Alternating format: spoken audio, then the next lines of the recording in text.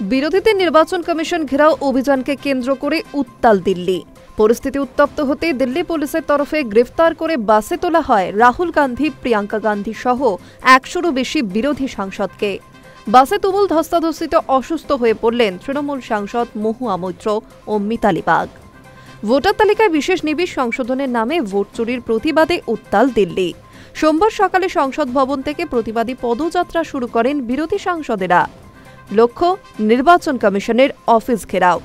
পরিস্থিতি নিয়ন্ত্রণের বাইরে যেতে পারে তা অনুমান করে কমিশনের তরফে বিরোধী শিবিরকে চিঠি পাঠিয়ে জানানো হয় এই ইস্যুতে আলোচনায় বসতে প্রস্তুত কমিশন।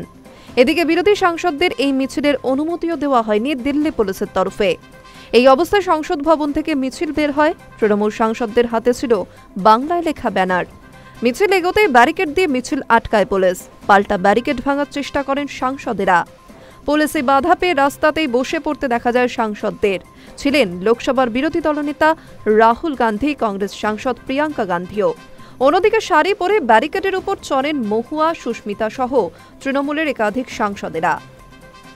ব্যারিকেড টপকে চলে আসেন সপা সাংসদ অখিলেশ যাদব, ভূপেন্দ্র যাদবরা।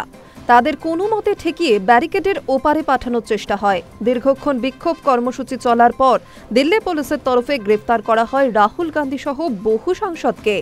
নিয়ে যাওয়া হয় পার্লামেন্ট স্ট্রিট থানায়।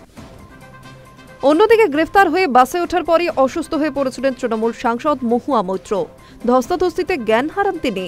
অসুস্থ হয়ে পড়েন আরামবাগের তৃণমূল সাংসদ মিতালি বাগও। রাহুল গান্ধী দুজনেরই দেখভাল করেন বলে খবর। এই ঘটনায় বিজেপিকে এক হাত নিয়ে প্রিয়াঙ্কা বলেন, বিজেপি ভয় পেয়েছে, তাই পুলিশকে ব্যবহার করে বিরোধীদের কণ্ঠরোধ করার চেষ্টা করা হচ্ছে। বিজেপির পাল্টা তোপ গোটাটাই সাজানো। বিজেপির নেতা তথা সাংসদ রবিশঙ্কর প্রসাদ বলেন, এখনো পর্যন্ত একটি অভিযোগের পক্ষে প্রমাণ দিতে পারেনি বিরোধীরা। High News network.